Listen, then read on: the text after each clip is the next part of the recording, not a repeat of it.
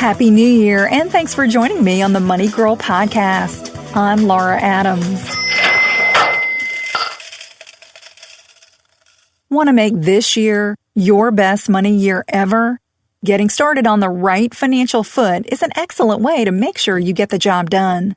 The secret to success is a fundamental financial rule that can give you the power to create wealth.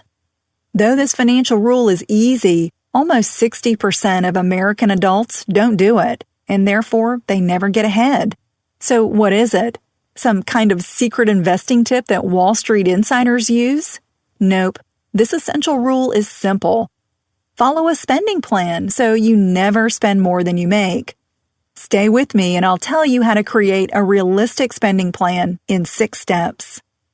A spending plan is a proposed strategy for how to spend money before you ever receive it. It takes into account all your living expenses, obligations, and bills, plus the money you want to put aside for short and long-term financial goals.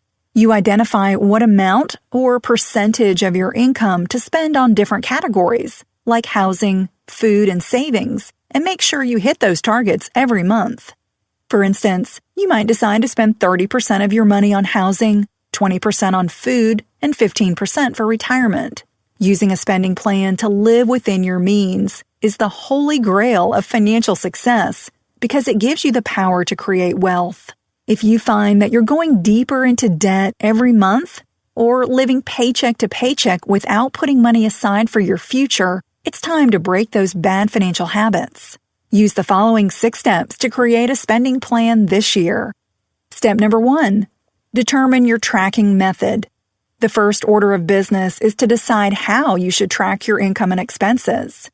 You can write information in an old-school paper notebook, enter it in a computer spreadsheet, or import it into software.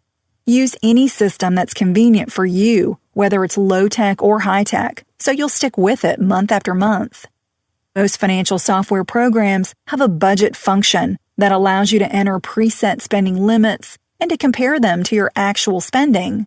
If you don't use financial software, try a free web-based program like Mint.com that automatically aggregates transactions from your online financial accounts, allows you to create a budget, and organize transactions into various spending categories that you create.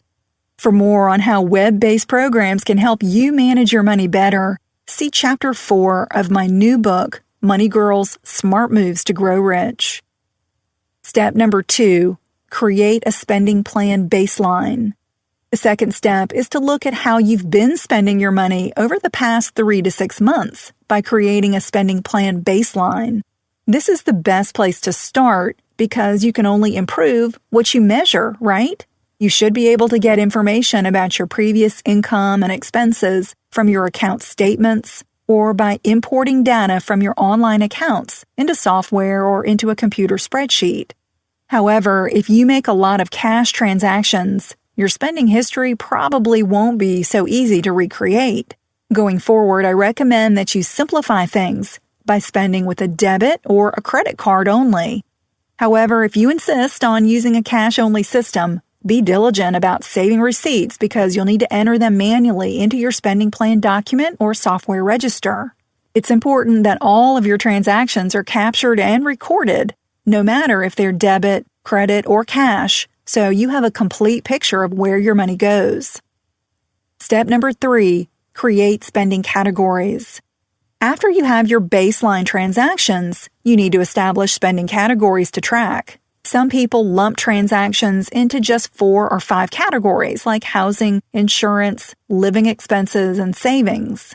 Others like to break down those larger categories into lots of subcategories. The point is to create categories that you want to monitor closely each month. Step number 4, calculate category percentages of income. Once you have your historical spending organized by month and category, the next step is to calculate each category's percentage of your monthly income. Remember that you might have some expenses that you pay only once or twice a year, like auto insurance.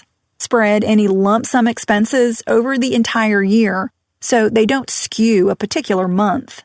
For example, if your car insurance is $600 a year, allocate 1/12, or $50 per month for auto insurance. This is when using a computer spreadsheet can be really handy. Also, don't forget to account for any automatic payroll deductions for a workplace retirement plan or insurance benefits that you may have. Step number 5, analyze your baseline. After you have an accurate baseline, analyze it and ask yourself if you're happy with what you see. Are you putting money aside for your retirement and other long-term goals you might have, like education or a house down payment? What about short-term goals, like building up an emergency fund or taking a vacation? If you're not funding your goals, it's time to make some serious changes and decide where you can cut back. This is where the rubber meets the road, and you have to make some tough decisions that can put you on a better financial path. Step number 6, prioritize your spending.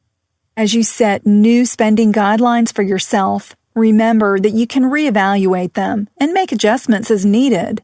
There are no specific percentages that are right for everyone because each person's lifestyle and goals are unique. For instance, a single person might be able to spend 35% of her income on housing, while a parent might need to spend less in order to have enough available to fund their child's education.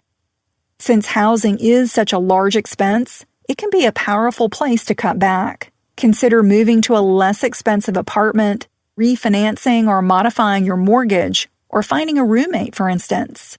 Or you might be able to eliminate several smaller expenses each month, like eating lunches out, gym memberships, and cable TV to free up more money.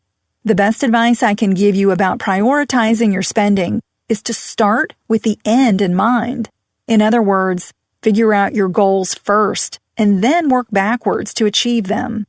Don't think of saving for retirement as something you do only when you have enough money left over each month. Instead, make it a non-negotiable amount that you pay yourself first. Your job is to get creative and to figure out how to live a healthy and happy life on your remaining money.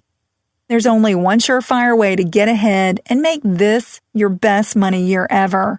Make saving money more important than spending it.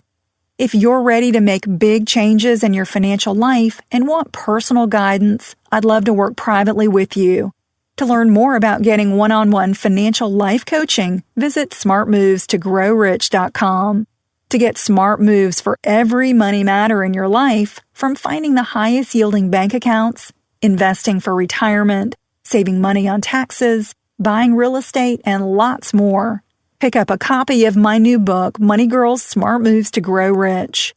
It's available in bookstores everywhere, or you can order the paperback or ebook online at Amazon.com and Barnes & Noble. You'll be glad that you did, and I'm glad that you're listening. Cha-ching! That's all for now, courtesy of Money Girl, your guide to a richer life.